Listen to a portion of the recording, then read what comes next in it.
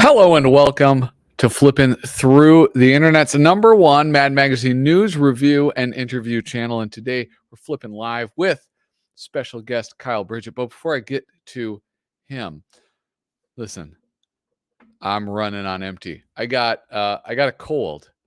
It's cold season here in Minnesota, and it's awful. So I got my ginger beer. This episode is brought to us by Reed's Ginger Beer. This one extra 100% more ginger than the original. I got that going for me. Hey, thank you for tuning in. If you haven't left a comment yet, make sure you do it now because I'm going to be giving some shout outs in a little bit. If you want to support me, what's the best way? Hit subscribe, hit like, leave a comment down below. That's the #1 way to support me. It helps this channel grow. And I can't do it without your support. It's impossible. Quite literally. If you want to support me in another way, in a monetary way, patreon.com/flippinthrough.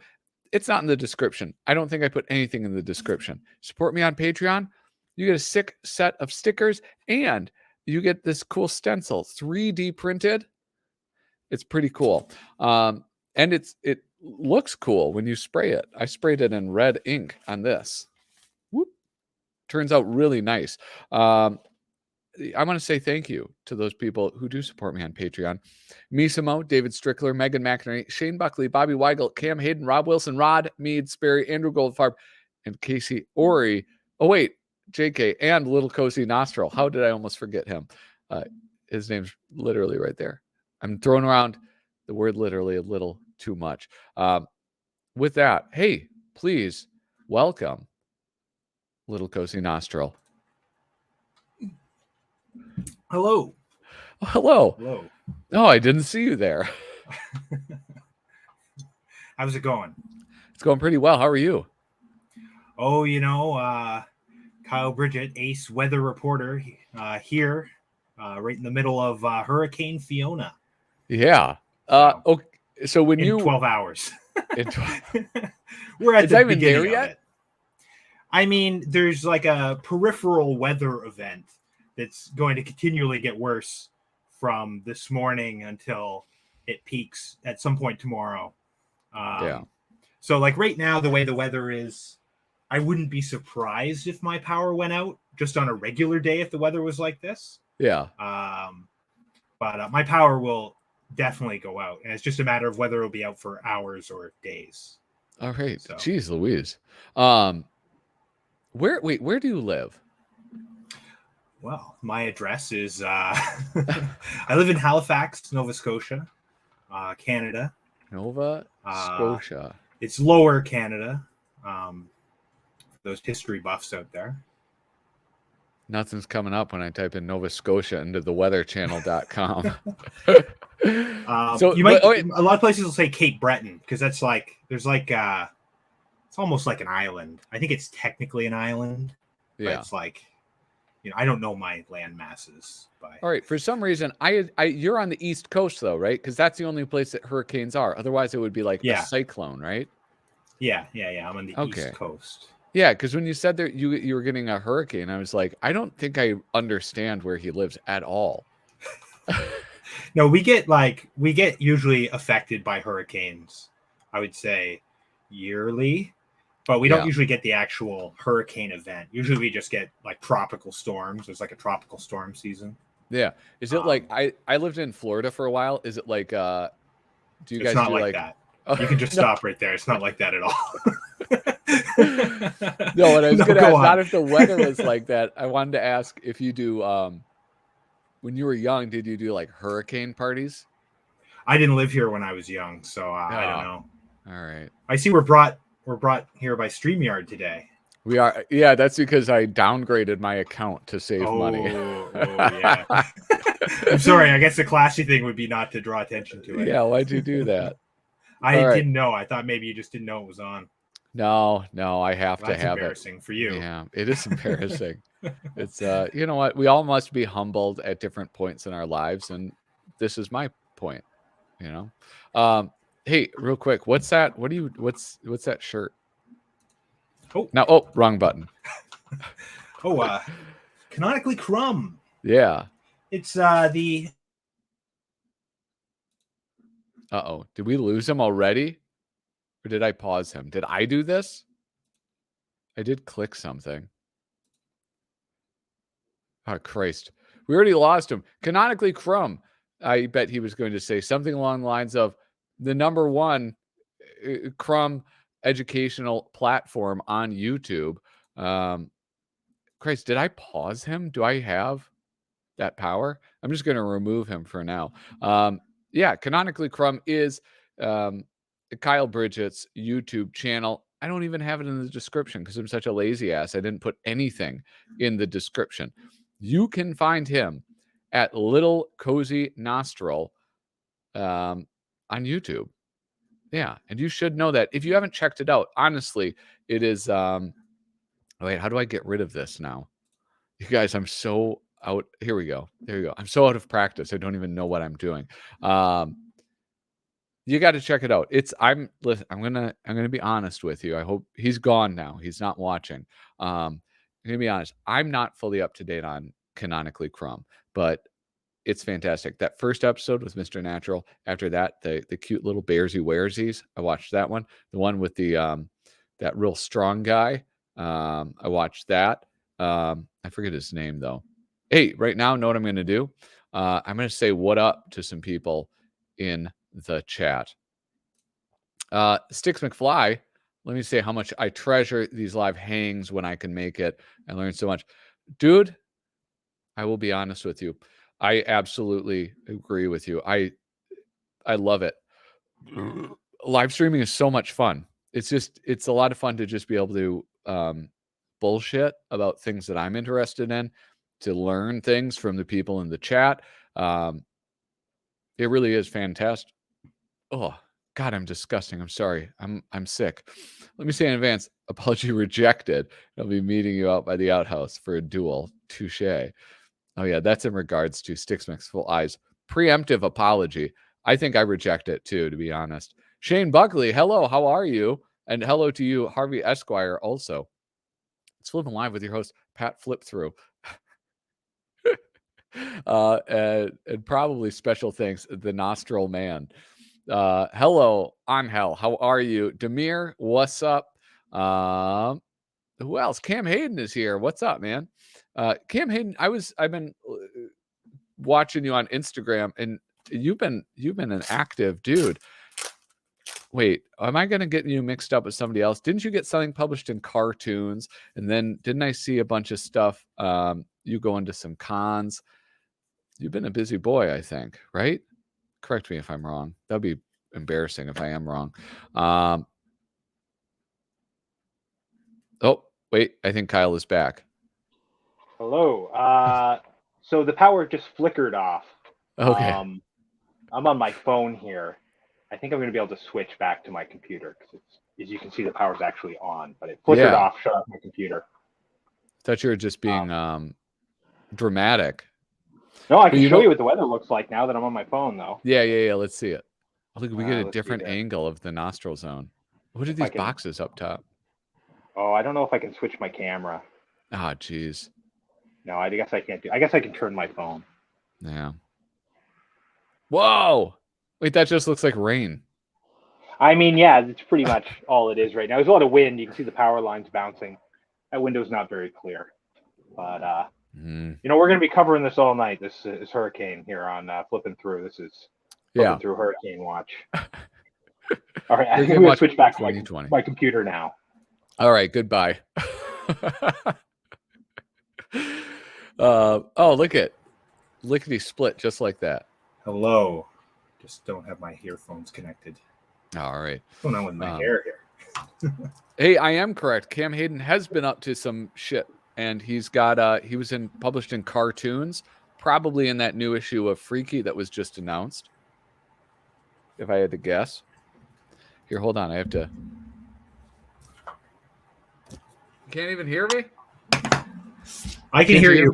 I can hear you, but I don't have it in my headphones. Jeez Louise. There we go. You know, this is actually really good that you're having technical difficulties because it takes the attention off of my technical difficulties. Yeah, well, I feel like my technical difficulties are like being shared by lots of people right now. Yeah, mine aren't. Mine are just incompetent. So where was I? Anyway, it's canonically Crumb. It's the yeah. only YouTube show that explores the comics and characters of the Crummyverse. Our Crumbs, Crummyverse. Yeah. And you have shirts now. I do, yeah. You can find them. This one's actually not from my TeePublic site, but there are shirts. The same shirt in different colors is available on my TeePublic site, but Yeah. this one's from Sticker Mule. Oh, I have a question. A friend of mine showed me this article about Robert Crumb that was in, I don't know if it was the Atlantic. I should try to look it up real quick, or the New York magazine or something. One of those magazines had a little thing about him living in France and still being offensive to people who are American. Our Crumb means to offend or something is the title of the article. Yeah. And so I was curious. There was a line in it that I thought was kind of funny, and I wondered. To me, it kind of rang maybe not totally true. It was, Robert Crumb is an equal opportunity offender. I mean, that's just like a thing that you say about anyone. Like, it's just a cliche thing that's, it's usually bullshit. And I would say our Crumb isn't, though. He definitely picks on women and minorities.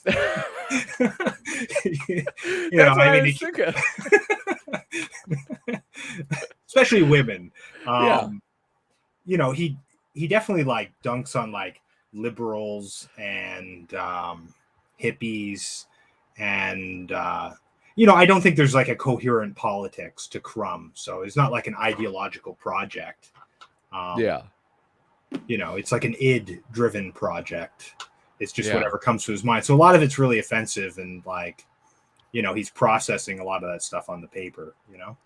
Yeah, well, that's like one of the things that was about you brought it up, where it was like a very cliche line. It did seem like kind of hacky for something like, I feel like whatever magazine it was, like, has a very good reputation. But yeah, it also smacked of somebody who maybe isn't fully aware of who Robert Crumb is. And that's me, who isn't fully aware of who Robert Crumb is. Like, my knowledge base of Crumb is pretty minuscule. And even I was like, nah. Well, have I got the educational resource for you, my friend? It's called Canonically Crumb. It's on YouTube, on my channel. You'll learn everything over a period of decades. I've enjoyed the videos. I'm pretty far behind, but the ones that I've seen have been, well, I'm just being honest with you. Like the Bearsy Wearsies episode, I loved that. There's the rough second tough episode. Yeah, the rough tough cream puff. I watched that one. I loved that one. So I highly recommend watching it. They've gotten longer too, so I'm trying to rein it in. Get it back down to like 12 minutes. Yeah, the last one was like 40 minutes. So that's kind of hard to do though sometimes, especially if you really enjoy the material and you have a lot to say about it. You dig into it and you find different things, So it's like, if I was just doing a straight read through of it, it would be, you could say, okay, it's this many pages, there's this much dialogue, it would take this long, but you start diving into it and you're like, okay, there's this,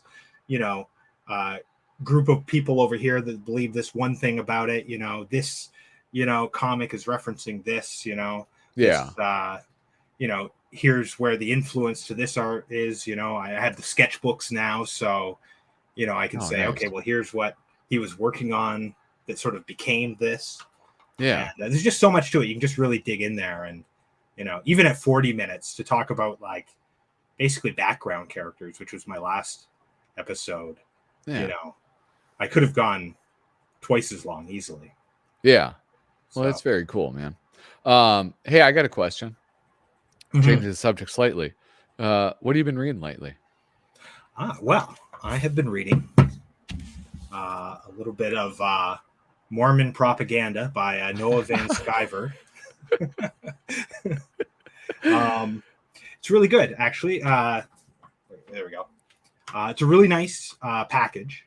Yeah. For one, right off the bat. So it's got like this, it's not a leather cover, but it's got, it's kind of a puffy cover that's. Yeah. I'm going to go solo view. There we go. It's kind of evoking that sort of like old leather bound book. It's got the ribbon, which Ooh. I love, and it's got Is it gilded pages?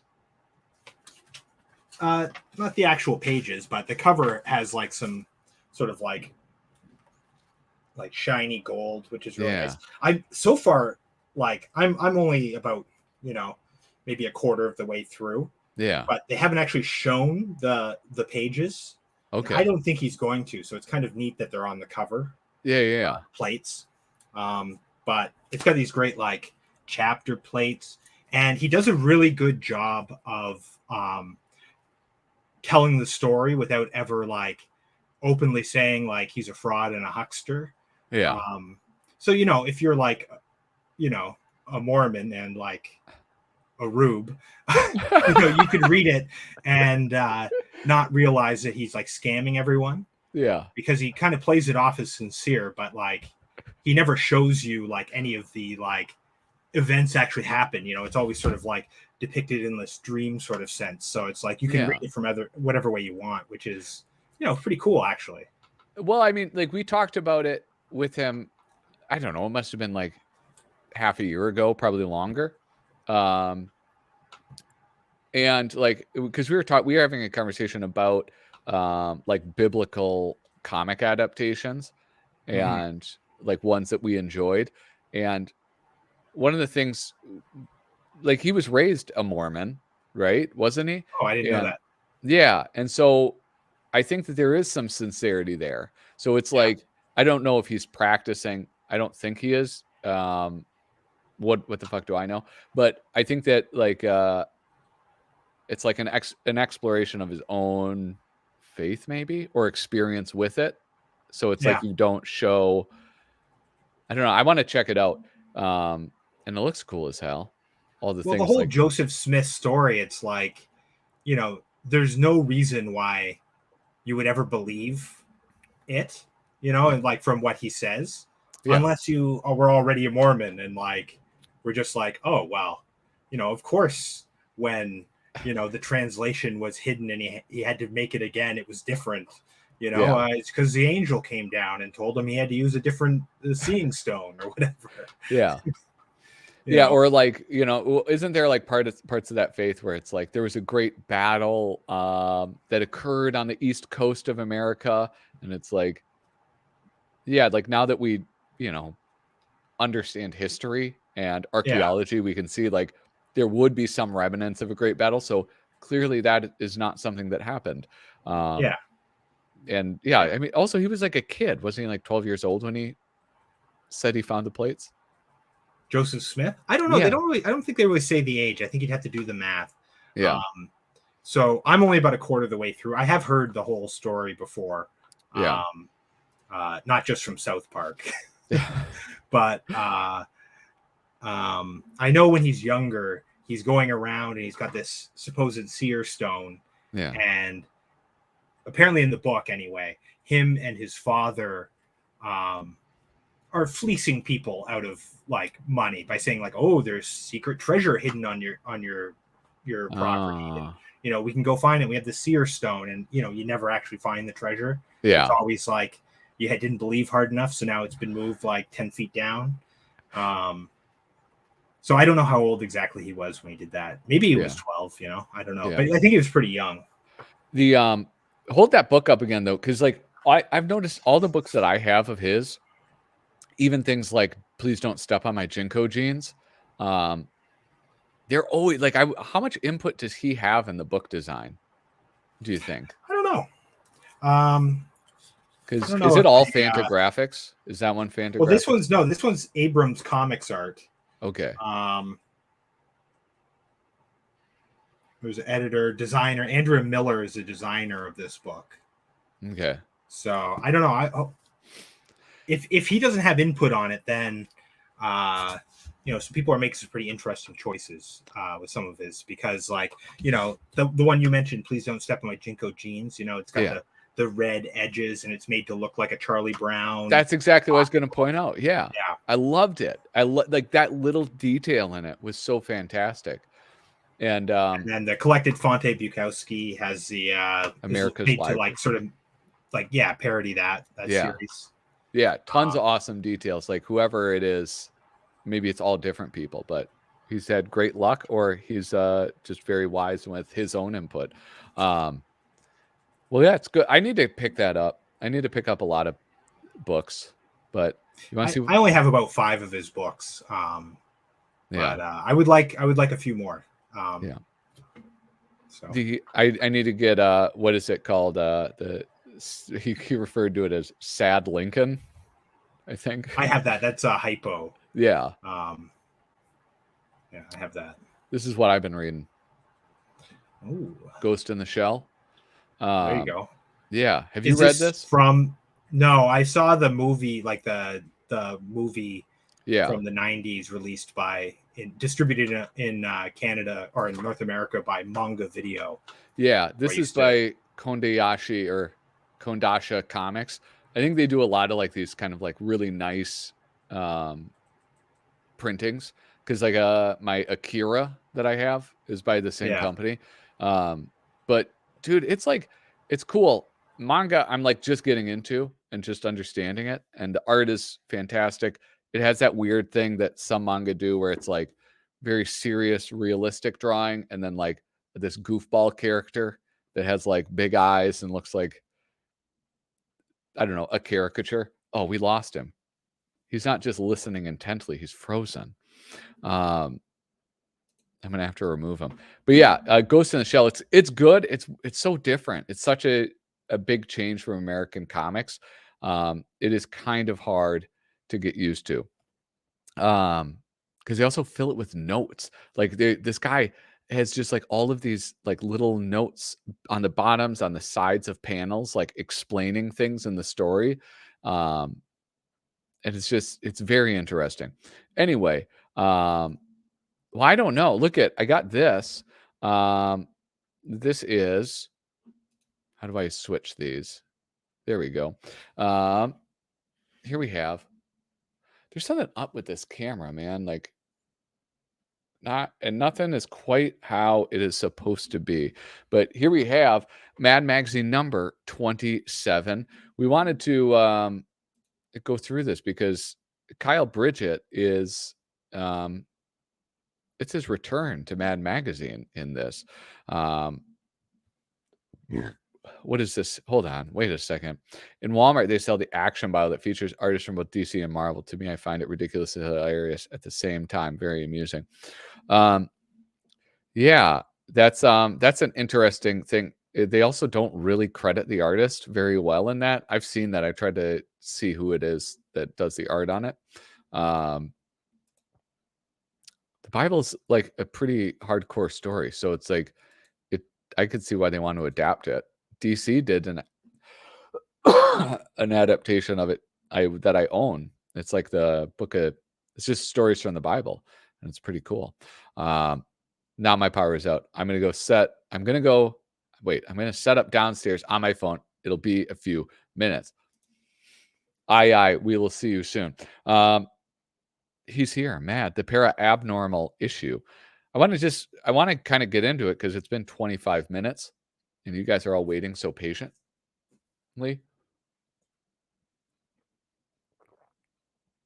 I'll tell you, this stuff, like, nothing's better than ginger ale when you're under the weather. All right. Here we have, it's like the classic cover from the Poltergeist, right? It's lovely. How am I doing with my internet? This is, I hooked up an Ethernet cable, so I'm like plugged in. No more Wi-Fi for me. I get it like straight to the main vein, you know. Back cover, Hal Frazier. I don't know who did. Jason Sealer, Peter Zimmerman. When was this? What were those creatures called? It was something weird. I know, like, obviously Pinhead, but then they were called starts with a P, the something or others. This is a choice that I've always enjoyed, which is the kind of blown up images that they have on the inside cover here. Artwork for The Ghost of Christmas Presents subscription ad, originally published in Mad 116, January 1968. Artist Georgi Porgy, Woodbridge. Oh my gosh.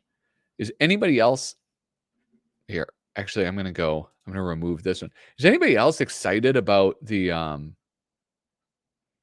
next issue of Mad, or is it the next one? The 70th anniversary of Mad Magazine, 75th? I forget. I'm an idiot. Why do you guys watch this show? There has been a lot of stuff, a lot of talk about the new elements of Mad Magazine. Let me see. Toot, toot, toot, toot, toot. Let me see notifications.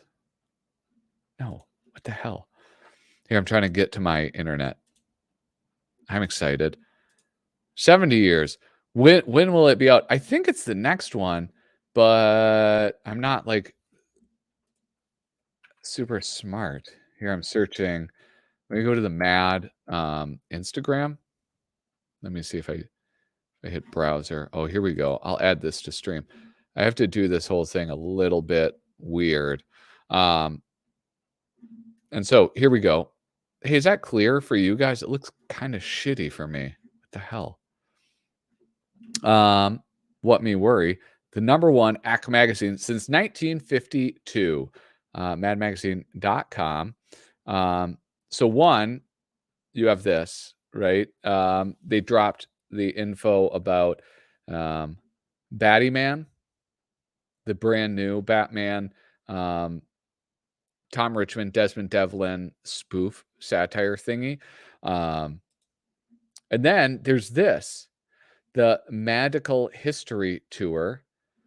Time to embark on Dick DeBartolo's Madical History Tour. Dick DeBartolo, Mad's Maddest Writer, is back in the 70th anniversary issue with never-before-seen photographs and jokes. I hope he's got some new jokes. Writer Dick DeBartolo, artist Susie Splab. Is that a real name? Susie Splab? The cover has been revealed as well. Send that to me. Angel, please. Cub reporter Angel Acevedo. Send that on whatchamacallit, Instagram to me. I mean, this is what am I going to expect about this? Is it going to be like a condensed version of the book he wrote, Good Days and Mad? Maybe. I think it'll be fun though. I'm interested. I just want to know what else is going to be on there. Oh, it's in stores October 4th. That's very soon. That's very soon indeed. Yeah, so I'm pretty excited for that. Let me switch. I'm going to remove this. Let's see if Angel. Here we go.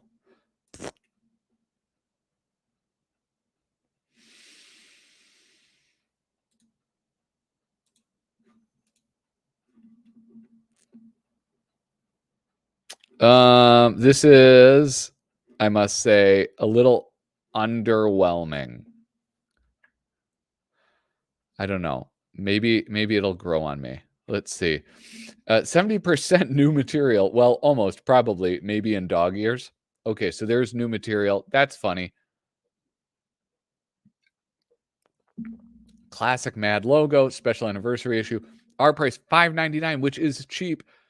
Do you know how much I was going to say a real magazine costs? Magazines actually are really freaking expensive now. They're like $12. It's insane. Here you have that Mad logo, right? And that's very cute, and we all like it. In the background, there's this wallpaper. And what do we have? We have the Mad Poyet.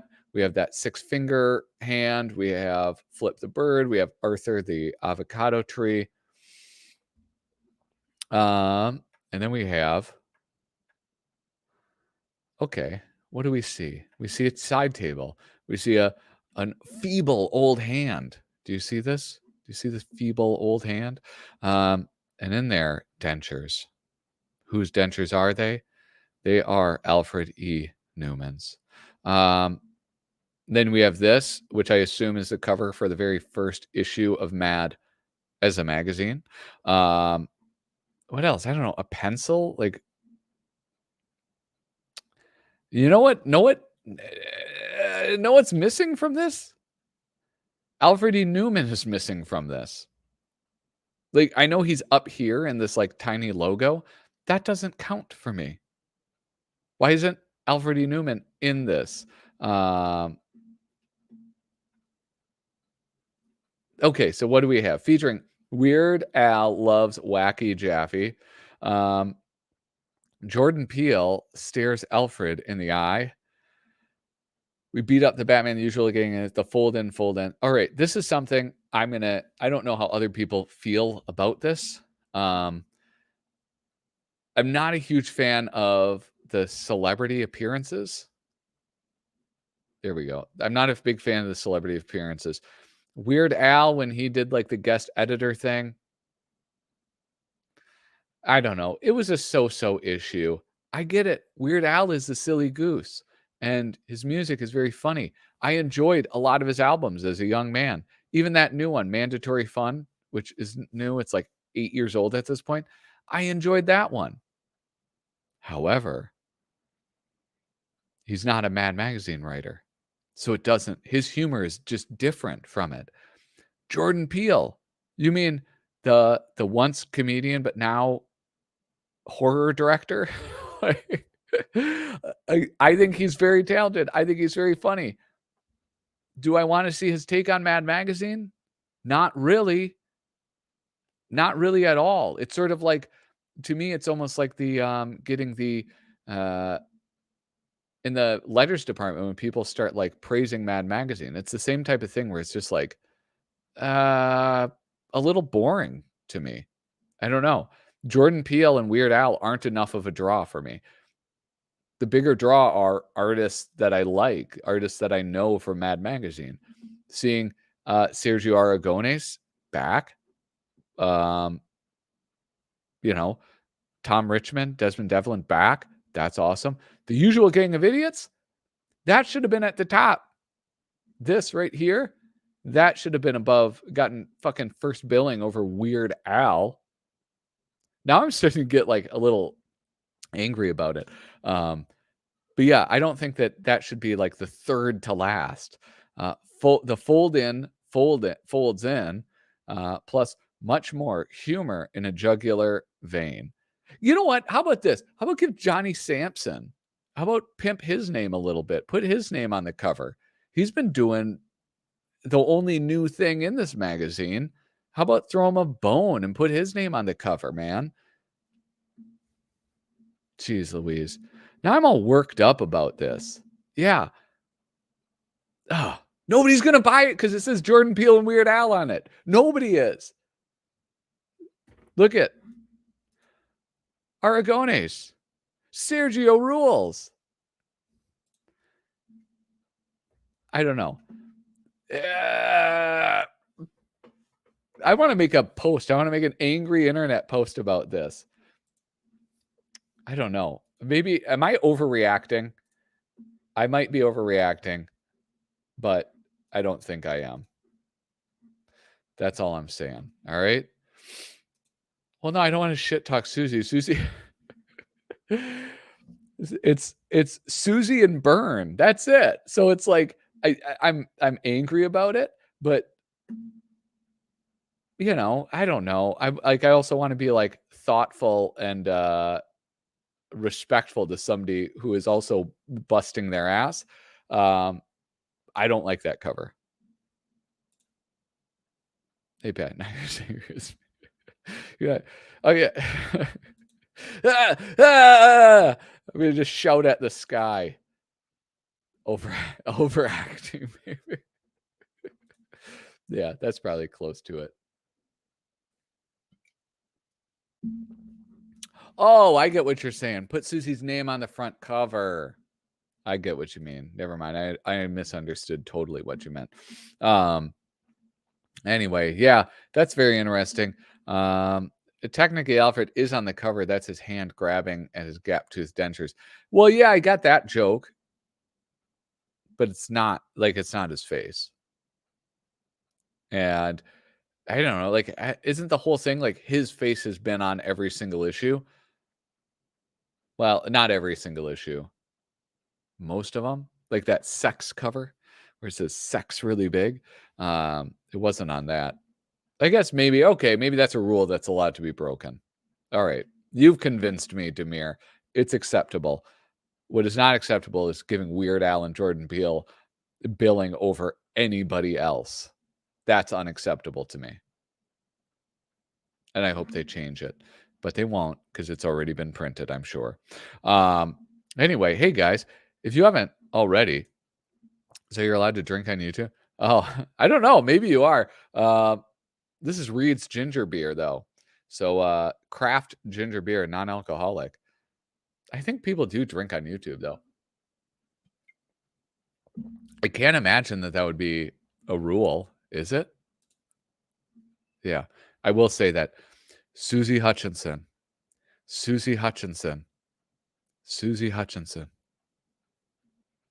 hasn't shown up in the chat yet. Ah!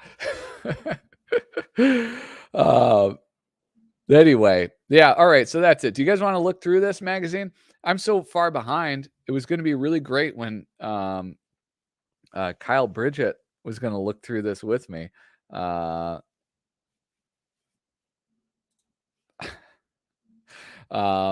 He should, he was going to look through it with me, and but now he's having troubles in Nova Scotia.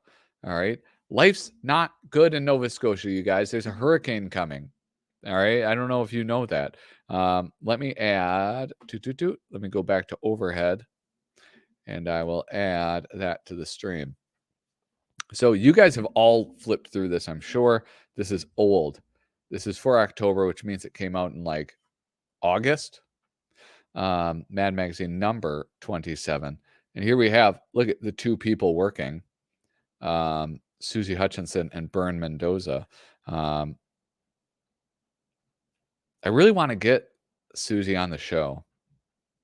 But I think some of I don't know if this is like actually true, but sometimes I give my actual opinion on things, and I think that's people get offended sometimes, artists or people who are associated with Mad, on account of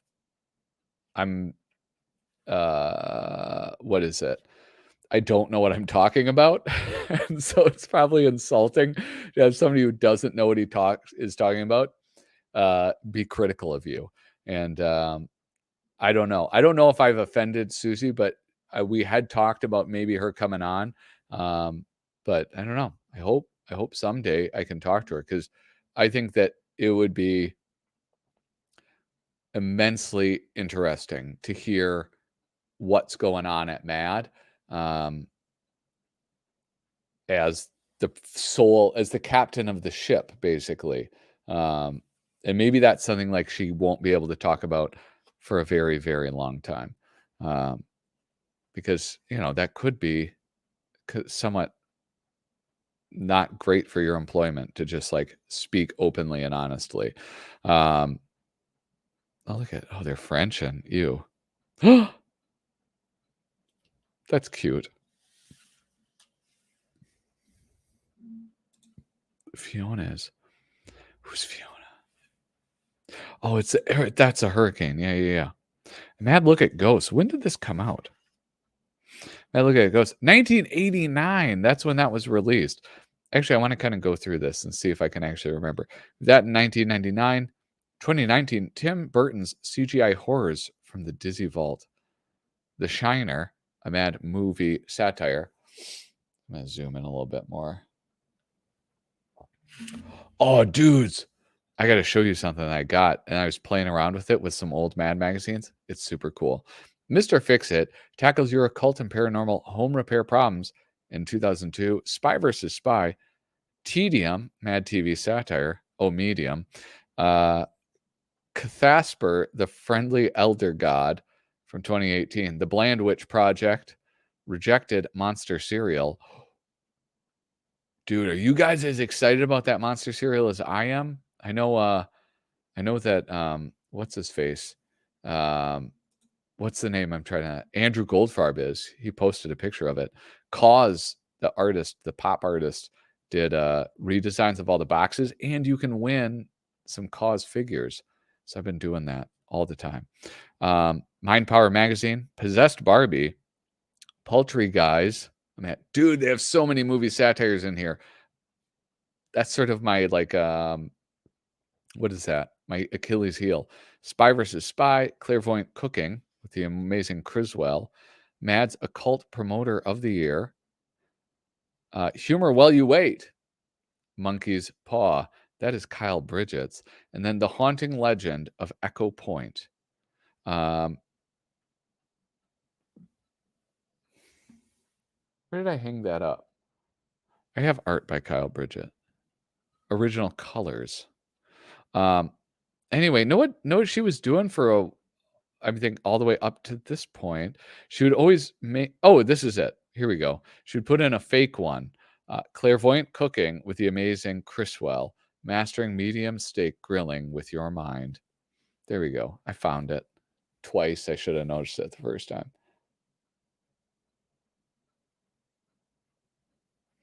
Oh, man.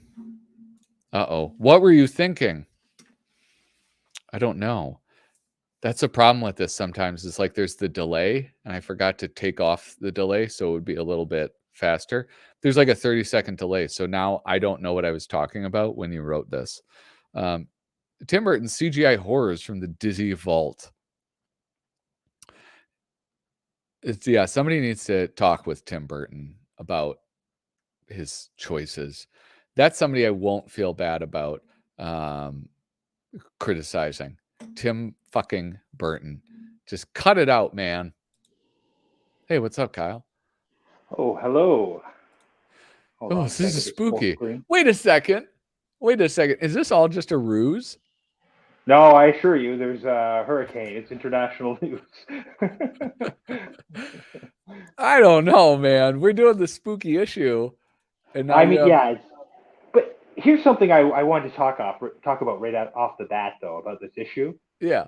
Just to dive into it. Why is this, I'm happy to be in it. I'm very happy to be in it. But yeah, why is this the Halloween issue? There's like a new issue coming out in a few days. This is because it's postmarked or whatever, October. Yeah, but if you look through at like most of the articles from the last few years, because there's like 5 articles from 2019. Yeah. They're all from the December issue, because the December issue comes out in October. I guess it's because the 70th issue is coming out. Yeah. Now that I think about it. So I guess they wanted to get this out of the way. Yeah, I would imagine. They're like, yeah, let's get. Hey, did you see the new cover for the 70th anniversary? I haven't seen it yet. No. Oh, well, I just went on a tear about it. Oh, is it not good? Yeah, I started off being like tepid about it, then I became angry. I was told that I was overacting. You're chewing the scenery. Yeah. Yeah, I was like I don't know, some guy in a movie chewing the scenery. Should my camera be the other way? What do you mean? Am I like vertical? Yeah. Oh yeah, you are vertical. I'm looking at like a postage stamp size.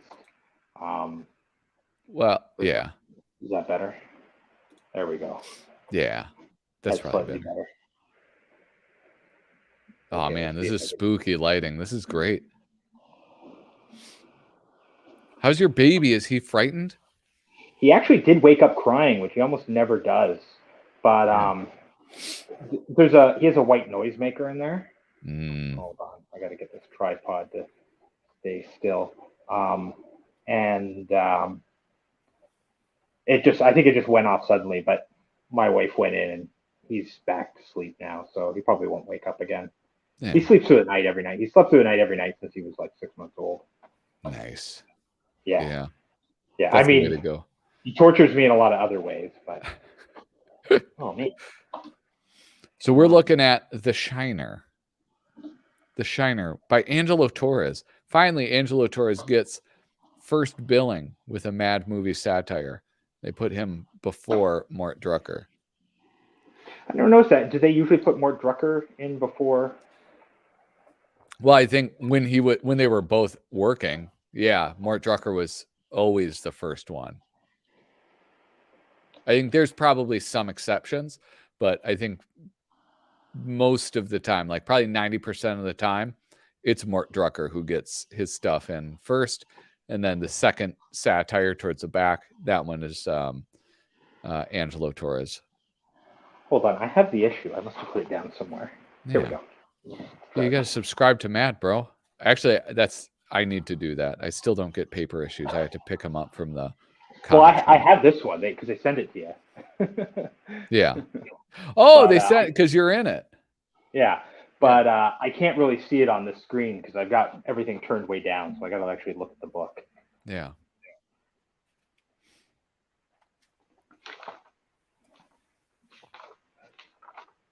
But it's interesting. I never thought about that they would put Mort Drucker ahead of Torres. Yeah, I mean, I think I don't know. It kind of makes sense. I don't know. It seems like it almost seems like billing, right? Like like celebrities care about like who got first billing in the movie. That's why I'm like the second last page of the book.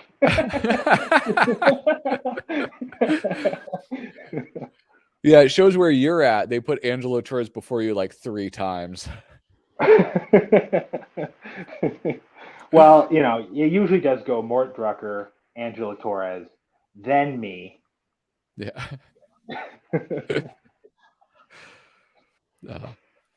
This is let's see if I have a little flashlight or something here. Yeah. This is like, it's kind of fun. There's like some fun chicken fat like right in the beginning because they're like Angelo Torres is like cramming in all of these like great horror icons. And then like look, you have like Bela Lugosi right there. And I don't know. Yeah. And then it just sort of like, I don't know, it kind of falls off as far as the illustration goes. Yeah, I read this earlier today and I didn't love it. And they, the thing about like the Mad parody is that they kind of pick and choose the scenes to do. Yeah. And I think they missed some of like the really fun scenes of like wandering through the hotel. Yeah. Or like, holy smokes, this is pretty long though. Or why don't they do the naked lady in the bathtub? Yeah, well, that's what I'm talking about. Naked lady in the bathtub, the guy getting blown by the guy in the dog suit. Oh man, I haven't seen that movie in so long. I forgot it's about the guy horrifying. getting blown. It's a fantastic film. I think it's like definitely a major accomplishment in horror cinema. Yeah, I like this, but how do you miss like? I know that you don't know as you're making it what is going to be iconic, but like him smashing through the door with the axe and his face like peeking through the shards of it. Like, I mean, that is kind of like instantly iconic, right? Hold on, I'm just going to grab a different flashlight here. All right. He's got a whole collection of flashlights. Look at buy Mad merch and get a free subscription. I'm going to have to buy some Mad merch. Maybe I'll buy a Mad hat. A logo cap is $26. A mini mug? I could get another Leaky Tiki, a tiny mini mug. I don't know. I've got the actual reading light now. Oh, nice. Well, it goes around your neck? That's sick, dude. Yeah. Yeah, but you wouldn't want to go out in the hurricane wearing it because you could get strangled. Yeah. Jeez, you get yourself a Mad hat? Yeah, that'd be awesome. Wear that be like a on Mad air. Hatter. Yeah. Supplies limit. This is not a good sign. Supplies limited. Get them now before they're gone. Clearing out. So that means they're going to be there for the next decade. Like sometimes when I review a comic for like Canonically Crumb, a comic that was published in like the 80s, I end up going on eBay and buying a copy or something, but then I find out like, oh, like you can still buy them from the distributor. They didn't sell them all. Oh my gosh. I never thought about that. Yeah. I remember like, I realized it a few months ago when Last Gasp, might even have been a year ago, Last Gasp posted on their Instagram account, "We're finally sold out of Weirdo number 7," or whatever it was, which was published in like the 80s or maybe like 91 or something. That's amazing. How often did this happen? Jack Davis or Don Martin doing a movie parody? I think there was one recently that I flipped through that Jack Davis did the movie parody of. But that's a really rare. That doesn't happen in here, though, does it? No, I can't imagine. Here's that Mr. Fix-It. Writer PCV, James Warhola. I always like James Warhola. Yeah, I don't know. Does this like... Yeah, I know that I've seen his stuff before, and I know I've enjoyed his stuff before, but this doesn't seem as memorable as the other things he's done in Mad Magazine. Because mostly backgrounds. Basically. Yeah. There's not as many characters to really like, you know. Like you look at the old lady bouncing around the room. Yeah. You know, you can kind of see like that's the kind of stuff that you love as a kid, you know? Yeah. I don't know. Let's see. Well, here's Tedium. Here we have Tom Richmond and Dick DiBartolo. What is Tedium? I didn't know that movie reference.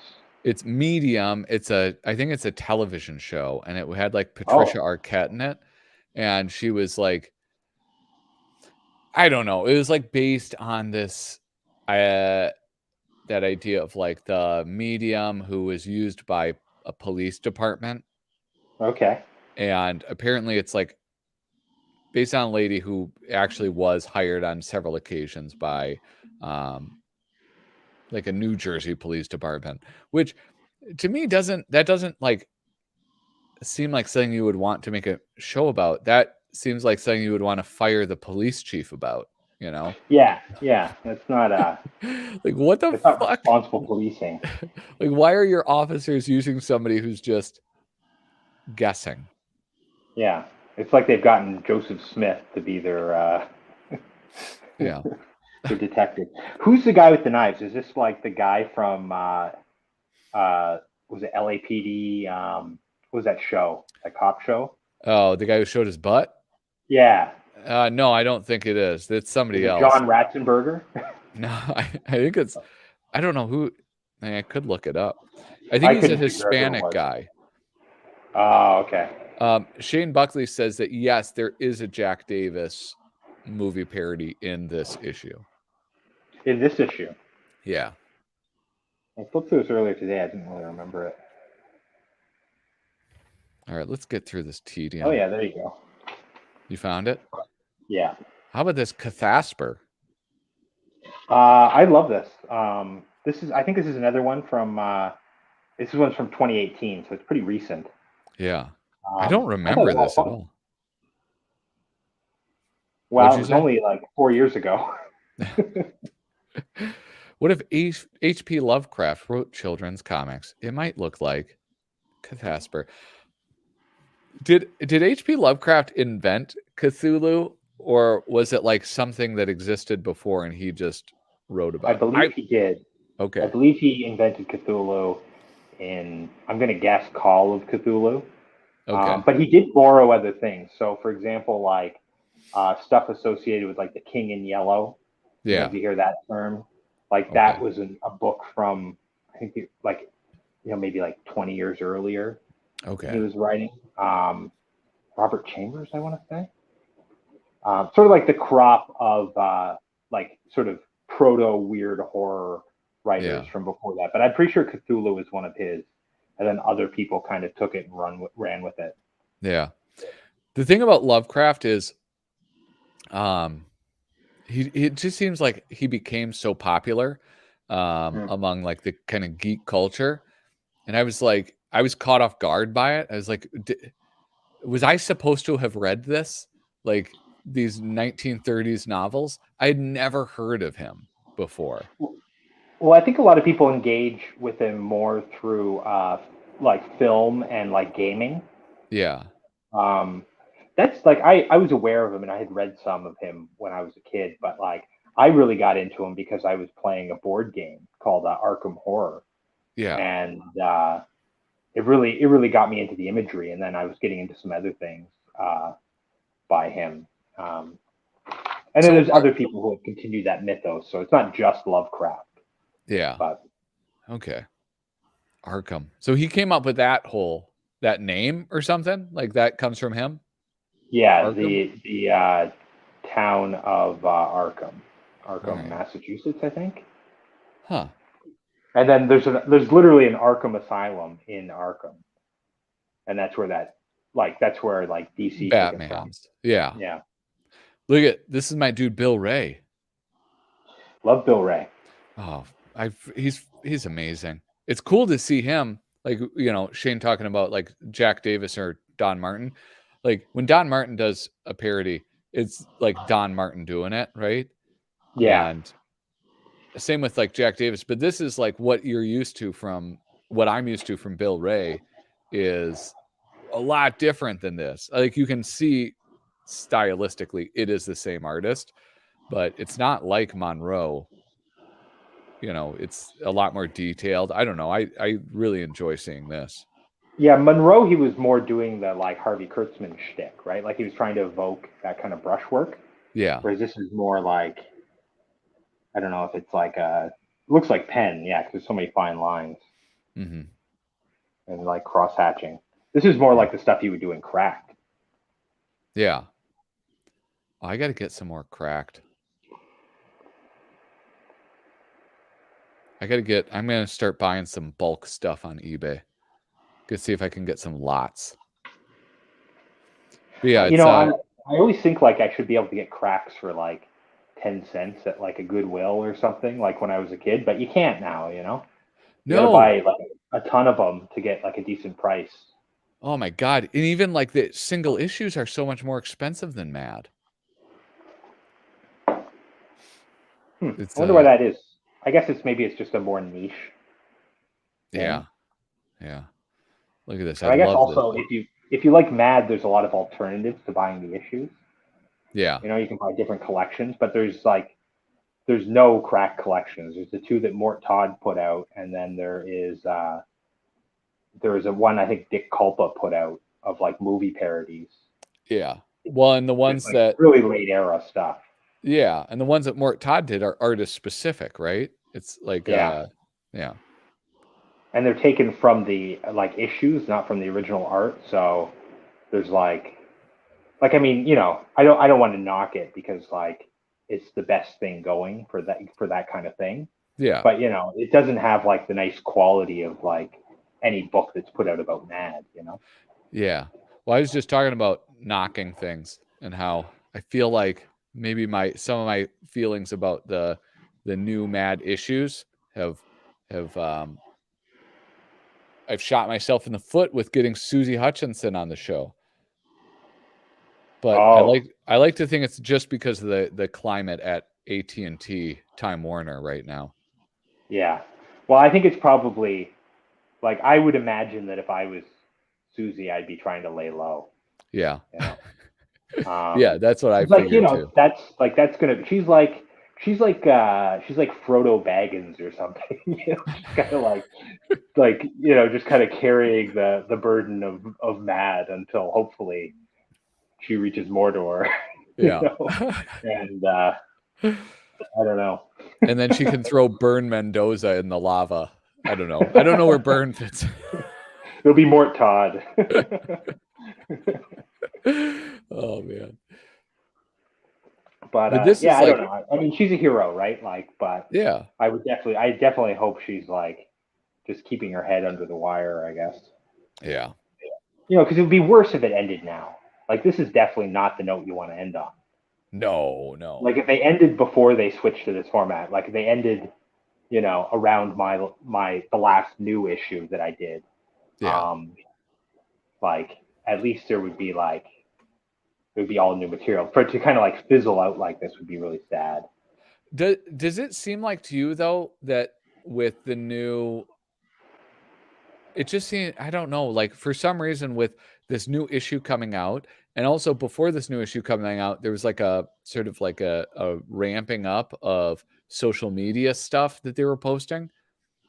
Like they've kind of been sold now, like all of DC to another company, to like Discovery. It seems like, I don't know. I was hopeful before, and I'm still kind of hopeful that maybe they'll go back to some level of publishing. It's going to become like a lifestyle brand Oh, or something. It'll get sold to the Gap. yeah. Or it's like, I was watching this video on YouTube, and this guy pointed out, he's like, Marvel and Star Wars they've become this thing that like middle-aged women are excited about. And when you were a kid, no women gave a shit about like very few women gave a shit about Star Wars or Marvel comics, and now it's like that seems to be who they're marketing towards. And I remember when I was a kid, the only cool thing my mom ever did was know the basic plot outline of the Star Wars trilogy. Yeah, like that was it. Like she basically knew what happened enough that she would go to the movies with me when they were like re-released. But I have a question. Was it like, what do you think? Was it more like she truly knew, or was she like, I've seen enough like hero's journey that I know it's this, the boy. She asked some questions in the prequels, but All right. like she knew the story. Like she had seen it when she was a kid, Yeah. And, she had a son who was into it, and yeah, it was a big cultural thing. Like everyone saw it. She would have been, like a teenager, maybe like early 20s when it came out. So yeah, it was a big cultural. My mom saw it.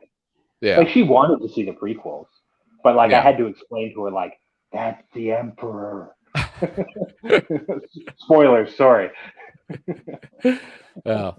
But it's I wonder if that'll happen to Mad. Like it'll be ladies will start getting excited about, like Spy versus Spy. There'll be a Spy versus Spy fashion line.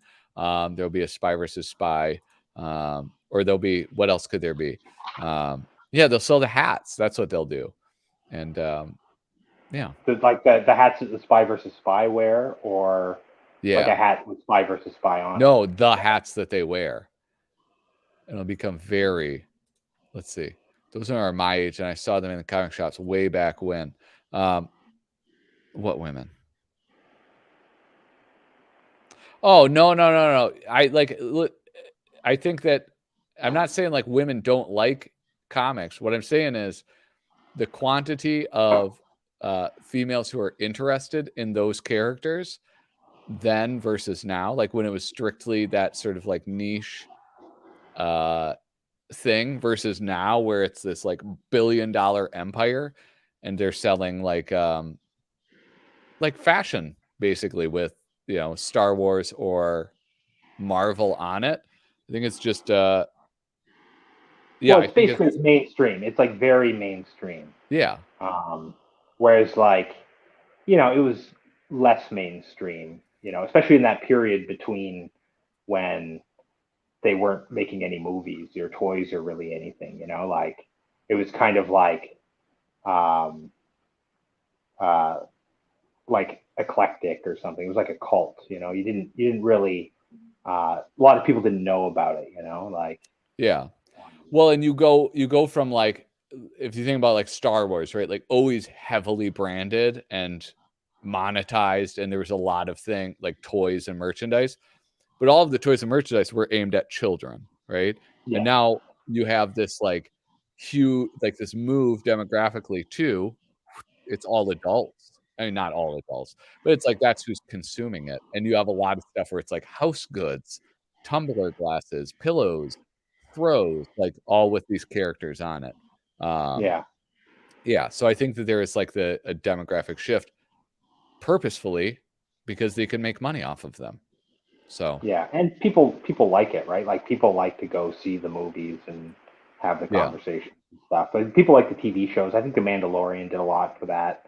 The Mandalorian was very good. Yeah. I started watching She-Hulk, and that was very hard to watch. Yeah, I've been kind of half watching that. Yeah. I've been meaning to ask my sister, who's like like a girl boss lawyer if she Yeah. likes She-Hulk, because I feel like that's what it's aimed at.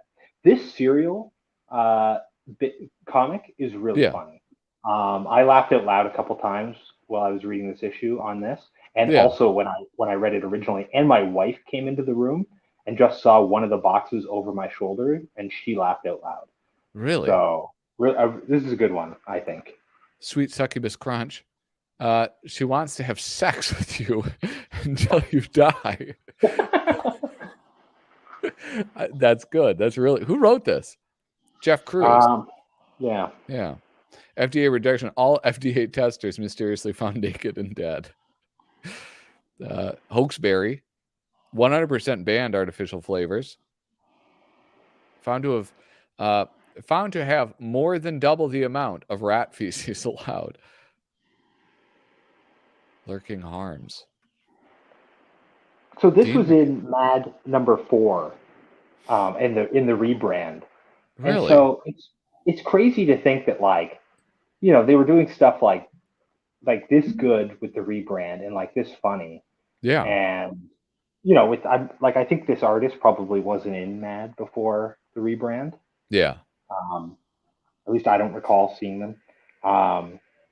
And who knew, like, a little over a year later, it would be like nostalgic. Only comic stores. It's like a nostalgia brand, like with like 2 or 3 new pages. Yeah. Cinnamon Toast Ferratu. I love that one. That was the one she laughed at. Yeah. Even in our dimly lit offices, the box screamed when we opened it. Yeah, this is awesome. That the rebrand was good. Yeah. I think it was like one of the few situations where the rebrand was like really good. Yeah. The only thing that I would, and it's just like, it's dumb. It's like this sort of comics mentality. I just wish they wouldn't have renumbered it. Like, yeah, it does upset things. Like on my CV, it looks weird. Yeah. That's like number 547, number 550, number 2. Yeah, it's I don't know what that was. Teresa Burns Parkhurst. She's great. She is. I love it. That, like, she's one of the I might have to go take care of that. All right. I think so. One of my smoke detectors is like beeping now. So yeah, it for sure is. Yeah, because they're plugged into the house, so it's probably the battery's low or something. Oh, so I'm gonna have to go find out which one that is and deal with it. All right, I'm gonna remove you temporarily. Okay, thanks. Teresa Burns Parkhurst, I love, and she's one of the artists where, when the transition to color happened, I really enjoyed seeing her work in color.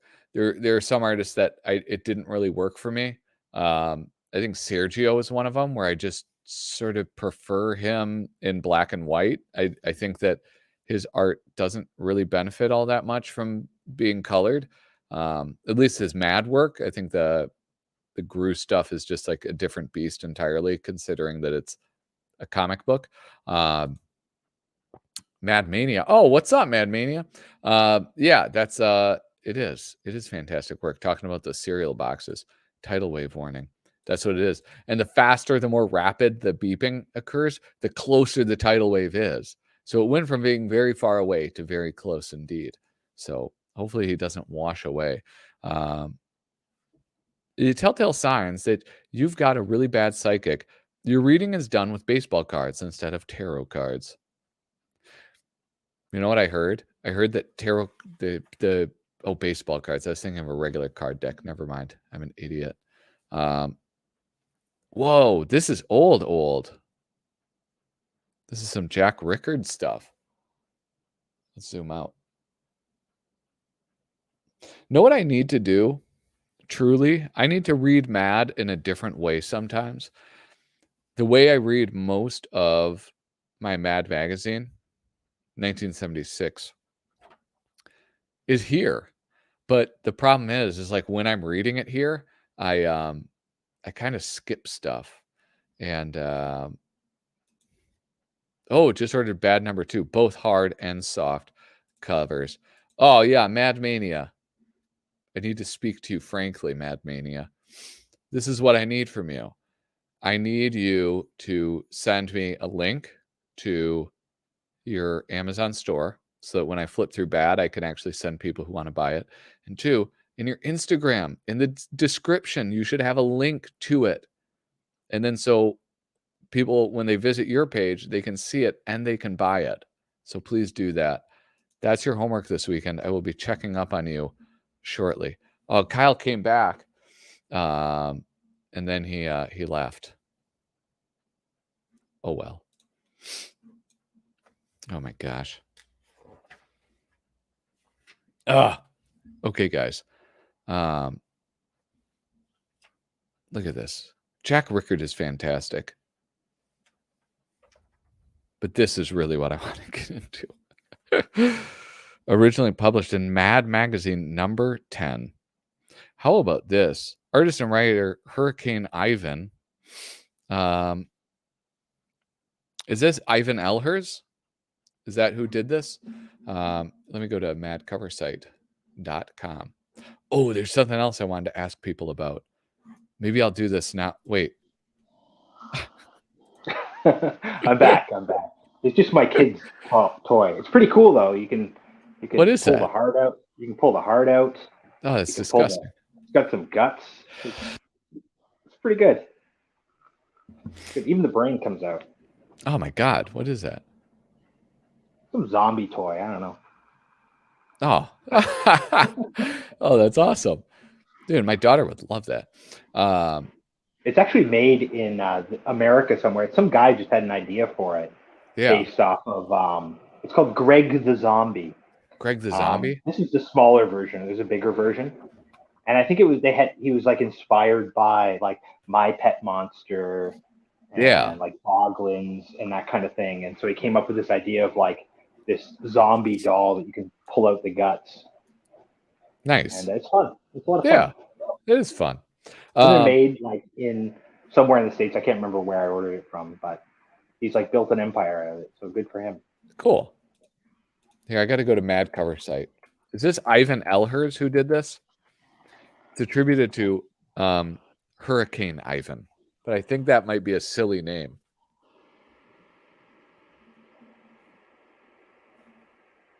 I thought this was like an Instagram guy, because they brought in a bunch of Instagram artists. Well, yeah, I follow this guy Ivan Elhers. Oh, that's probably who it is then. Yeah. Yeah, and he's been getting kind of big too. I think I follow him too. Yeah, I think it might be him. Yeah. So this is the second time I've been in an issue of Mad with him. Yeah. Hey, I have a question for you. Herman Mejia. Okay. Is he on Instagram? I don't know. All right. I'm in love with him. Well, you should tell him. You shouldn't let that sort of thing wait. I know, but I can't find him. Short for unrequited love. I can't find him, Kyle. I haven't looked for him, but I can't find him also. You should put out one of those like missed connections personal. Oh my gosh. Possessed Barbie, refillable vomit, spewing blaster bulbs, interchangeable faces, possessed, disturbed, Kellyanne Conway, and normal. What's a Kellyanne Conway? About 150 pounds. That's probably more like 90 pounds.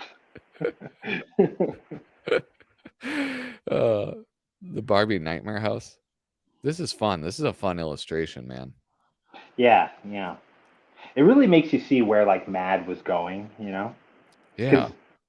Issue number 10, that I'm pretty sure that's after might have been the first issue after they came off of newsstands. And it's like they were just using up the art that they had left, basically. Yeah.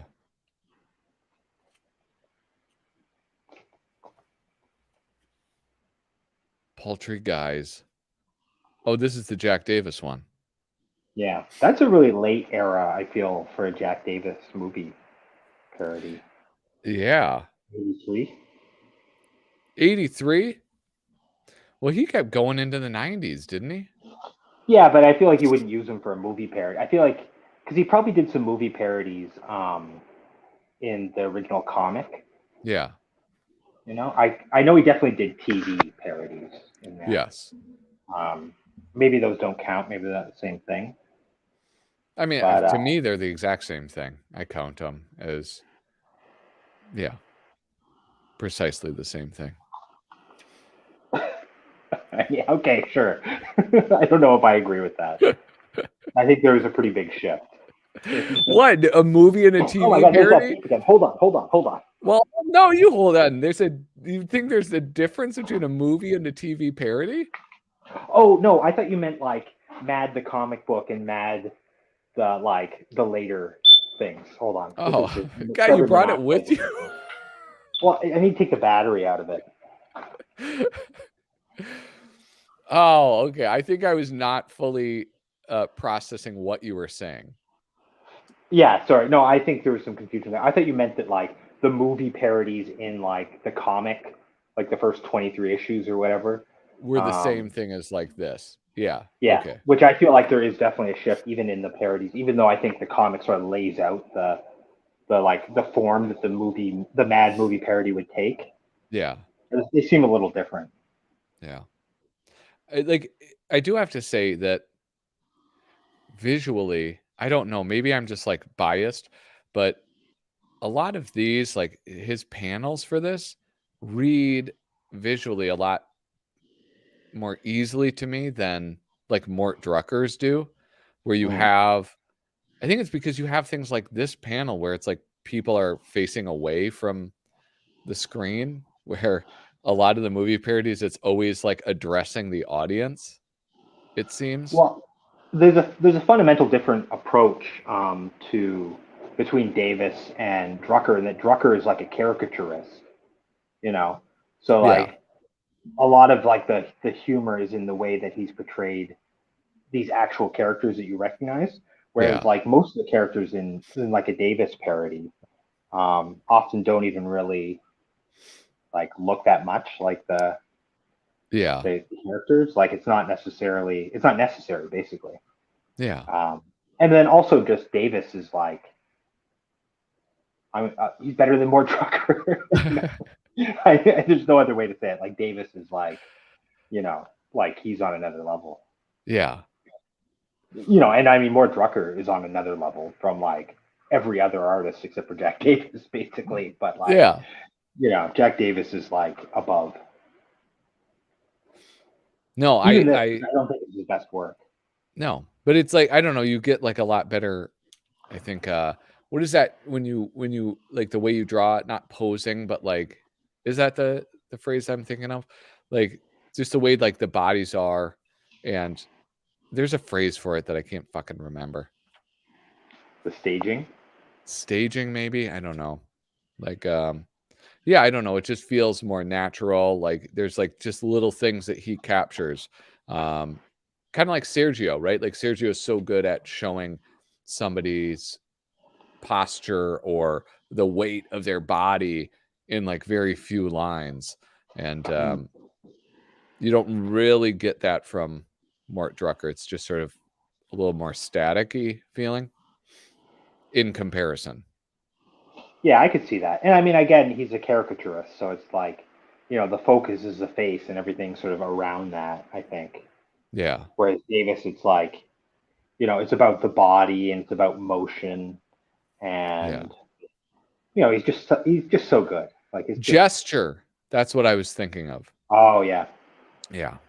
Anyway, what is this? Spiro and Bonesy? Is this like from the reboot too? See? Oh, for sure. Yeah, this is probably from the 2018 issue, I bet. Yeah. Oh, May 24th, 2019. It says okay, in the so bubble. This is from the following year. Yeah. Yeah, so this must have been. So you remember when you had Morrison on? Yeah. he was talking about how like they wanted to create these sort of intellectual properties that Yes. like I feel like that's what Yeah. this sort of like thing was. This is like would have been probably in the Potter Zebe pages. Yeah, Potter ZB Comics. Yeah, along Yeah. with what was the other one? The Suburbs, Boonies, and something else. Sticks. I can't Where do you remember that one? vaguely. Yeah. But yeah, this is nice art. I like the idea of having more comics in that, especially if it's going to be sold at comic stores. Yeah. I think they should be in a comic format if they're going to continue in this, and then have new content and pay people less because it's comic books instead of magazines. I guess. Yeah, I like But I know you've said that a lot, but do you think that you would it be necessary to just like lose certain aspects of the magazine? I guess because I like yeah, because it would be a different medium. Well, not medium, but like yeah. essentially a different medium. It's a totally different format. Like Yeah. look at the difference between like Mad. I think it's 24. 24 is like the new Mad, right? Like that's when Yeah. it turns into a magazine. So it's Yeah. like look at the difference between 23 and 24. It would be like that in reverse, you know? But there's so much that I like about it as a magazine that I'm afraid would be lost necessarily if there Sure. was a But I mean, shift there to would be comic. things that would be gained, and also there'd be trade paperbacks. It's a good point. TBPs. But I mean, they shouldn't do that unless it was new material. Yeah. Oh yeah, it would be pointless to like try to, reformat things in order to fit the comic book sizing and everything. That would be a very bizarre thing. But I think it'd would be you a great opportunity though, like to yeah. change Mad in that way. Like, you'd bring back some old artists, you'd bring in some new artists. Yeah. You like things like Spy versus Spy, like That can maybe stay. it would be over 4 pages. Like Yeah. it's a smaller format. Yeah. Yeah, I could see it working. Yeah. Um oh man. Yeah, I'm starting to come around on that idea, if I'm being honest. Um the other I thing think that's also narratively it makes sense, like for the magazine to yeah. come full circle. Okay, but what about this? Is like with DC Comics, I don't know if you read those, but it's like they now have this new format called Prestige Plus, where it's like almost like a cardstock cover, it's square bound, and it's Uh, magazine size. is it um, so magazine size is different from like the European album size, is it not? Yeah. Right? I think European album size is like basically 8.5 by 11, Yeah. whereas Here, you know what magazine is like you're gonna measure listen, it. no, I'm gonna leave and grab one. I'm gonna show it to you. But in the meantime, tell people to hit thumbs up and then talk about Canonically Crumb. Okay. All right. Now that we're rid of him, uh, folks, you should check out my channel. I'm sure the links are in the show description. Little Cozy Nostril. I live stream every Sunday from 7 p.m. to 9 p.m. Central Time. Probably not this week because I'm probably not going to have my power back on. But I also do a show called Canonically Crumb, where I explore the cartoons of R. Crumb, and I post old cartoons usually Saturday, but sometimes I forget and do it on Sunday. So check out my channel. What else did he want me to talk about? I can't see the chat, so I don't know. People, I guess I could just make up questions that people are asking. That's a good question, Sketchy Works. I start by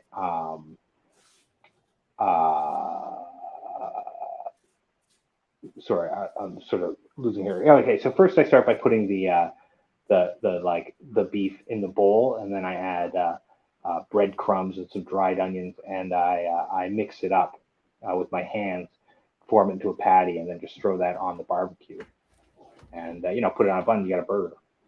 Any other questions? Um, uh, let's see here. Oh, good.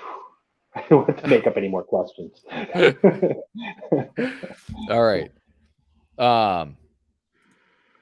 In 3 acts. Is corn grass?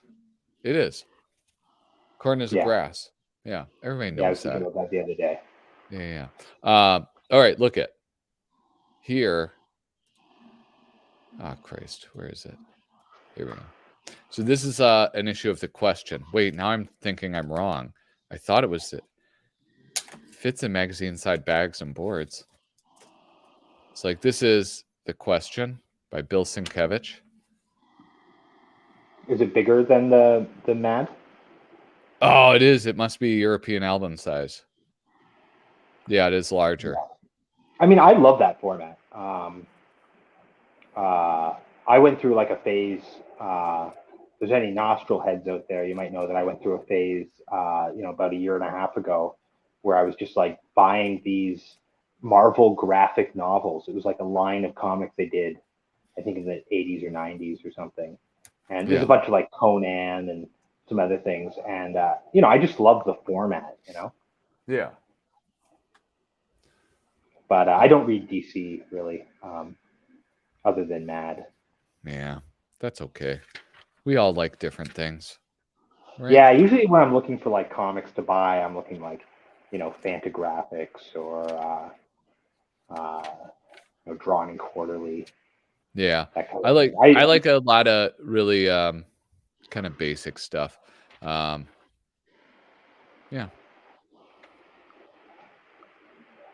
Oh, that one looks good. This one? Yeah, who's that by? Let me see. Check the name on that. Let's zoom in. Whoop. Humor while you wait. There's no name on it. What? Again? A second time?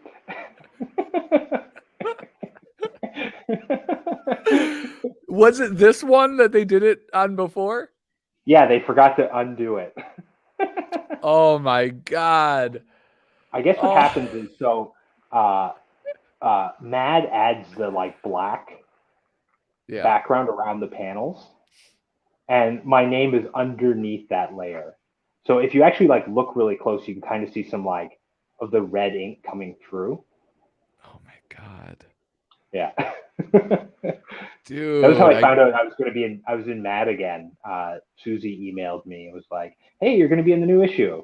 Hey, I also screwed up, and your name isn't in it again. We'll do the correction again." Oh my God. That is so crazy that it happened twice. Well, it's I live a very exciting life. Oh, that's hilarious though. Humor while you wait, the monkey's paw. Is that how you spell humor? That's how Canadians spell humor. And they didn't have any problem with you doing that? Here's how it went down, actually. Here, let me turn this off. Yeah. So originally there we go. Wait, there we go.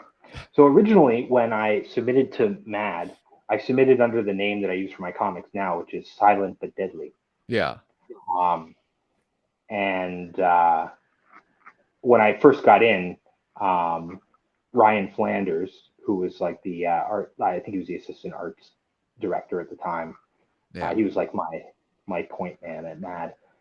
He said, "We love the comic. This one, it was the one with the rooster. But you got to change the name." And I said, "Okay, give me 24 hours and I'll give you a list of names." And they said they like this one, and they said we really like the European spelling.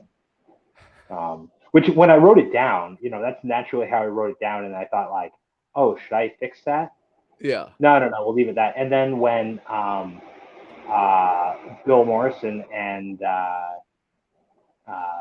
eventually Susie, because Susie was my lady point man at the new Mad, and she said, "Okay, but we just have to talk to the corrections department or something because it seems like you accidentally spelt it with a U." I was like, "No. They specifically wanted it spelled that way. Let's not change that." So. Oh man. So they weren't like, "What is this shit?" Well, I think Ryan saw it and thought, "Hey, that's a funny way to spell it. Like that'll like grab some attention." And then I think it did grab their attention, and they thought it was a mistake. Yeah. Oh But my gosh. if you're like raised writing English in, I guess a Commonwealth country. Yeah, the Queen's English, bro. Well, it's the King's English now. Oh yeah. Oh yeah. That's wild. You guys were all sad about that? No, there was no sad Canadian. No.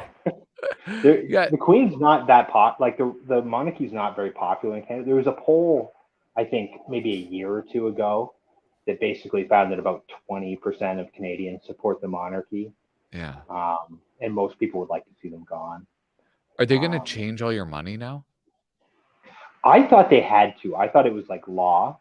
They are going to change some of the money, but I think they've said they're going to do it slowly.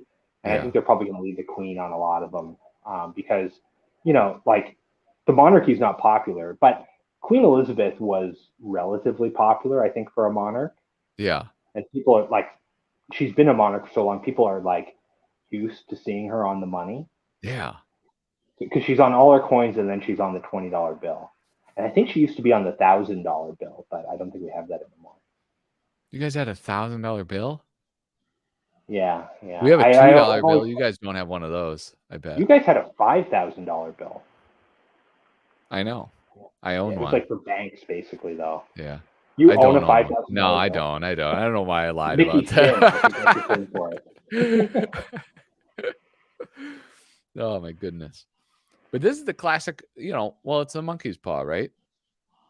Listen, I want to know about this. Like, what was your process? What was your muse? Well, I wrote this at a time when I got into MAD, Ryan Flanders told me that here's the policy. Anything you submit during the week will be promptly accepted or rejected the following Monday. Yeah. Or Friday. I can't remember. It was like one day a week. They like had a meeting and they basically like looked at everything or whatever. So then for the next year or so, every week I submitted between 3 and 5 scripts. Yeah. So like basically every Sunday night I'd be like, I got to come up with 5 jokes. And so I was carrying around a sketchbook at the time, and anything I could think of that I could work a joke out of, I would write down. So I'd have like lists of like tropes. This one probably came from a trope. I was like, a monkey's paw. Okay, what could happen with a monkey's paw? Oh, what if somebody picked their nose with it? Yeah. And then like I probably worked backwards from that. Yeah. So I can't remember the exact process, but I would have come up with it, done it as like a rough sketch, and then when I got to go ahead to do it and sign the contract, then I would have drawn it up. And I did these mostly by hand, so I would have like penciled it on one layer on like separate, like maybe 2 or 3 panels on a page. Yeah. And then I on another layer I inked it all, and then I did the colors on another layer using markers, and then I assembled it all digitally and did some touch-ups. All right. Yeah. Well, I was going to ask, like, when you submit an idea, like, any idea, did you submit, because you write all of your own things and then you illustrate them. Do you ever just submit a written one, or do you have to submit the roughs too? Well, I mean, mine would be hard to write because almost everything I submitted was like pantomime. Yeah. So it's kind of hard to write those scripts. Yeah. So I would send them in as like a thumbnail drawing. If you go to my Instagram, I mean, not necessarily you right now, but if other people go to my Instagram, sometimes I've been posting, like, if you scroll to the end of some of my comics that were mad, if you see humor while you wait, I post some of like the production sketches. So like some of them start out as like, just like a few words like written on like a tic-tac-toe board, basically. Yeah. They were just like enough information so I would remember the joke. Because I was writing so many jokes at the time, what would happen is I'd be like downstairs cooking supper, and I'd come up with a joke, and I'd be like, oh, that's great. I could really work that into a comic. And I'd be trying to remember it, and an hour later it would be gone. Yeah. Yeah, that's and I've been basically just like leeching off of those ever since. All the rejected mads, like almost everything I've done for Freaky or Spread Love Zine. What's some Spread other Love ones. Zine? Oh, it's awesome publication. It's like it's a comics out of Montreal. I think the Instagram is Spread Love Zine. Okay. It might be Spread Love Comics. I believe Cam Hayden is in there, but also like Peter Bagg. And, oh yeah, yeah. He did a cover for one of these, number 8. Yeah, he's getting some big artists in there. So it's really cool because it's another publication, kind of like Freaky, where it's like, but you know, it's got even more prestigious artists that you get to kind of be published alongside. No offense to Freaky, I love Freaky. Yeah. But like, you know, Freaky's got some big names in terms of people who have been in like, you know, Mad and Cracked and stuff like that. So it's like you get to be published if you get in there alongside people that you read as a kid or whatever. But then Spread Love Zine is even more so. Yeah. I mean, it looks like, just like I'm on their website right now looking through some of this stuff, and it's a little more mature. Yeah, for sure. Yeah. Yeah, a lot more mature, but it's this is cool, man. I want to check this out. Well, neat. Yeah, I'm always looking for like new stuff to pick up too, because it's kind of it's definitely worth picking up. You know, they're like, I think they're like $10 or whatever.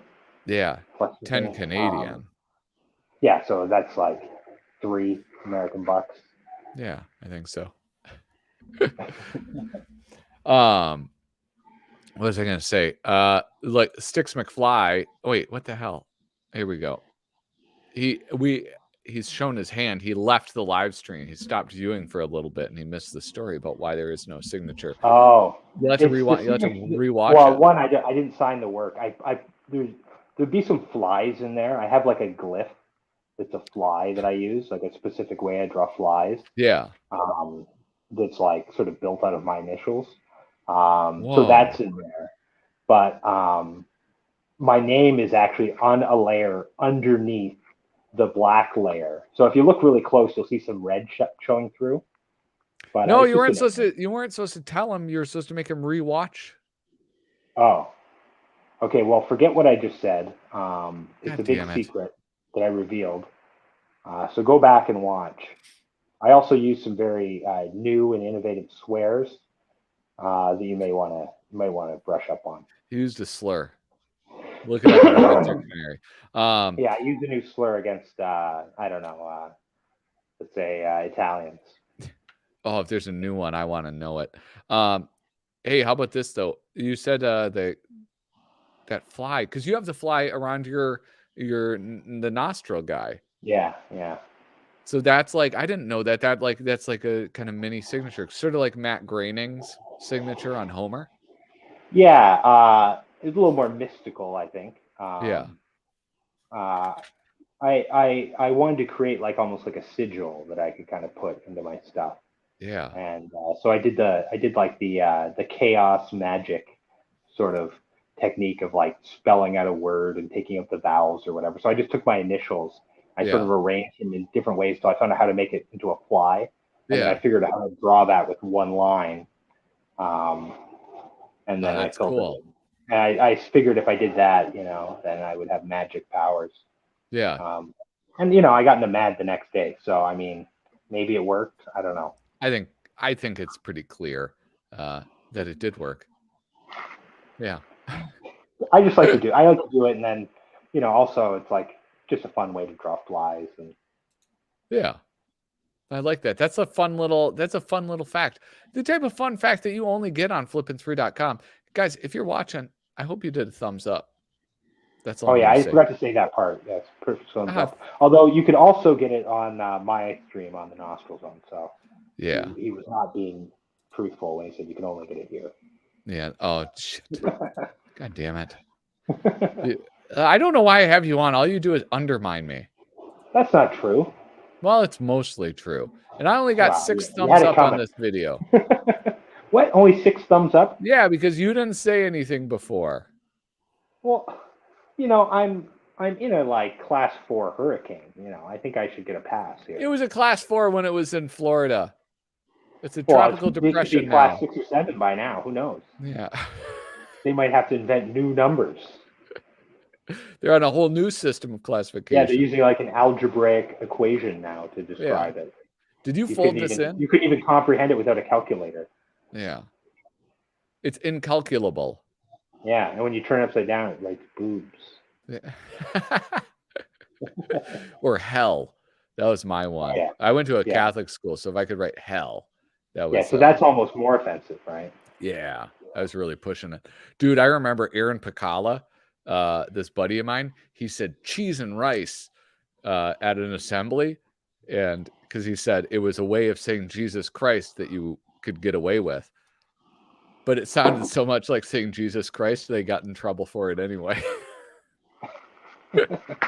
Well, I mean, you probably should if it's, you're like, you shouldn't, if there is like a God, you probably shouldn't be looking for legal workarounds. Yeah, that's these rules. Like my toddler does or something, like. What we didn't know at the time is that that's called tempting fate, and we shouldn't do it. But well, I mean, it's all bullshit. So. I mean, cheese and rice. We were just kids, man.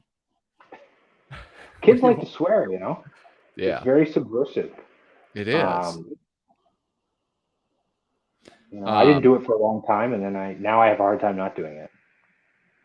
I don't do it. I hardly swear, except for when I live stream, I do. But when I'm with the boys, as it were, like when I'm hanging out with my friends, it's like I revert back to high school, and I just can't stop it. Yeah, I'm like, fuck you, fucker, motherfucker, shithead. It does. I'm not even. But then the rest of the time, you're like, frick you, fricker, mother frickin' poop head. Yeah. I'm talking to my kids. You frickin' clean up your frickin' shoot ass room. Oh my goodness. Well, that's it, man. We flipped through this new issue, the latest issue. I don't know. I hope people appreciate the weather conditions that I've come in at. Dude, I appreciate you sticking through all this crummy weather. Appreciate it a lot. And it's nice to see you again. Go take all the food out of my fridge and put it into a cooler with some ice. No. You don't want to do that yet. You don't think so? I got to go to bed soon. So, once I go to bed, then it sits for 8 hours, Oh, yeah. Good point. Actually, before you go, I want you to look at this. Oh, what's this? This is the cover. Yeah. It's the size of a postage stamp for me. Yeah. I'm working on it. All right. Can you see it? You're so close. I'm on my phone here, right? And then I'm in like a browser tab in StreamYard, and then it's very small. Oh, look at boom, solo layout. Now it's a little bit bigger. Oh, is Weird Al's in it? So 70 Years of Dumb featuring Weird Al Loves Wacky Jaffe. Then it says Jordan Peele stares Alfred in the eye. Okay. Sergio Aragones looks at Mad again. We beat up the Batman. The Usual Gang of Idiots. The Fold In, Folds In, plus much, much more humor in a jugular vein. And there's some dentures. Alfred E. Newman's dentures, presumably. That's kind of clever. I feel like the composition doesn't seem very nice with the text. Yeah, I would agree with that. Like it feels like there's a little too much negative space or something. Yeah. Maybe if the UPC code was on the other side and that text was like just enlarged a little bit. Yeah. Do you have? Oh, there you go. That's a Greg the Zombie. Where the fuck am I? Here we go. Sorry, I forgot what screen I was sharing. I need to you admire this. I'm going to look up some things about you on the internet. About me? Yeah. Ooh, it's a dangerous. All right. Do you want to know what I have a problem with? And I don't know. This is the part that I got worked up with was all of that text, but not so much, the formatting of it or whatever, because I don't have an eye for that the way that you do as an artist. But But what bothered me is this top billing of like the two top people aren't mad people. Well, Weird Al has a history with Mad, right? Like he guest edited an issue. Yeah, but that's so like he gets like he gets the pass for sure. okay. Yes, I can see, that's not a strong link though, in my opinion. And I so mean, I don't know. I mean, in like wrestling terms, like if you were like, at a WrestleMania or something, you get the celebrity nod, like yeah, I don't know. you could be in the WWE Hall of Fame if you were like if you're Drew Carey, if you were at a WrestleMania or whatever. I think a Royal Rumble. Yeah. But, the thing that bothered me though is like it's the first time that we're getting new stuff in, and the people I think who should have gotten top billing, probably the usual gang of idiots or Sergio. I don't think that two celebrities should have gotten put up first. I think I don't know, and I don't think that they're going to sell it. Jordan Peele and Weird Al. I don't think anybody's going to pick it up because of them. maybe if it was on newsstands. Yeah, but in a comic store, maybe not. I don't think. I think you're probably right. It also does suggest that they're not confident in the star power of Jaffe and okay, no. So I guess Aragones is below Jordan Peele. So it does sort of suggest that that they're like that the star power of Jaffe isn't enough. Which, in a comic store, he's probably a bigger name, speaking of Weird Al, are you interested in the Weird Al sort of like parody biopic that's coming out?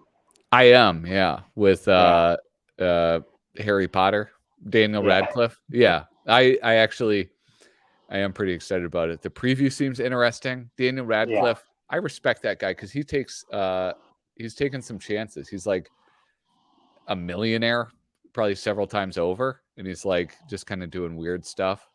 Yeah, didn't I see him in a movie where he was like, it was like Swiss Army Man or something? And it was him in a dead body. Yeah, I haven't seen that one. I meant to. That was him and the guy from There Will Be Blood. And then he also did another one before that called Guns Akimbo, where it was like this weird live stream thing where they would take people and physically bolt guns into their hands. And so he's like surgically connected or like fastened to these like pistols. And he has to try to like survive while these people are trying to kill him. And it's this weird, like dark comedy thing. It wasn't a great movie, but it was fun because it was just kind of out there. It's weird. It's like he's putting himself into like the what's his name, Campbell. Like that kind of like Bruce Campbell. Like the Bruce Campbell kind of thing of like, you're just kind of like you do weird movies and then maybe you get like kind of a cult following. He's like, maybe that's what he's going for, or maybe he's just not getting offered any like other parts. I don't know. You think if that was the case, so he'd be doing like Christian movies or something? Yeah, he would be like with Kevin Sorbo, doing something. And God's Not Dead 4 or something. Yeah, but I think it seems like he's having fun. That's what it seems like. Where he's like, I want to act.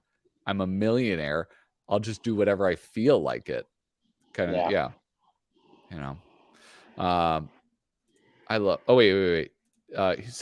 Maybe Peele is a Mad fan. Sure, that doesn't qualify you to get top billing or second to top billing.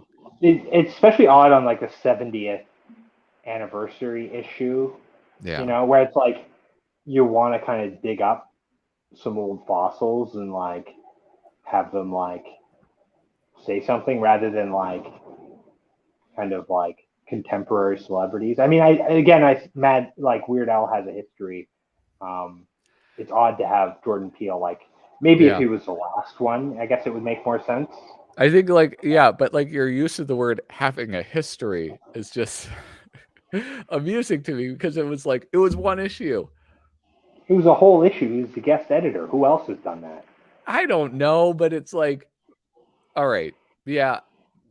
I don't know, man. But okay, here's the other thing. How many editors of Mad can you name? Nick Meglin. Okay. William Gaines. Uh-huh. Feldstein. Weird Well, Al. actually, did Gaines ever Weird Al? Did Gaines ever, was he ever the editor? Yeah, I think he was, wasn't he? I don't know. I can't remember. I don't He know, was but it like was the publisher anyway. Harvey Kurtzman, Feldstein, Meglin, the other guy that looks like Meglin but isn't Meglin. I don't know. That's probably all of them. Yeah. So I mean, it's a short list. Susie Hutchinson. There you go.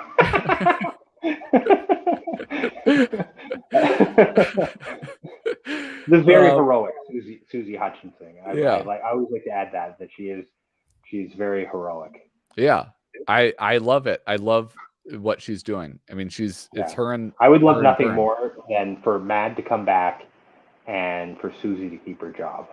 Yeah, but doing new Mad. Yeah. This is what I would say. Well, what would have been nicer is instead of going with the two outsiders, one of my criticisms is like it never seemed like Mad did enough, in my opinion, to replace those main names and to like associate the names with the art. So like Tom Richmond, why isn't he named? Like he was the movie parody guy for Isn't he on that? Did he sit on that in that? What's that? Wasn't he listed in that? I thought he was. Oh, on the cover? No, he isn't. Okay. They named what he's doing. I don't know. And then here's like a newcomer, but still somebody who's been doing the only new material. How about name Johnny Sampson? See, Johnny Sampson's fold in.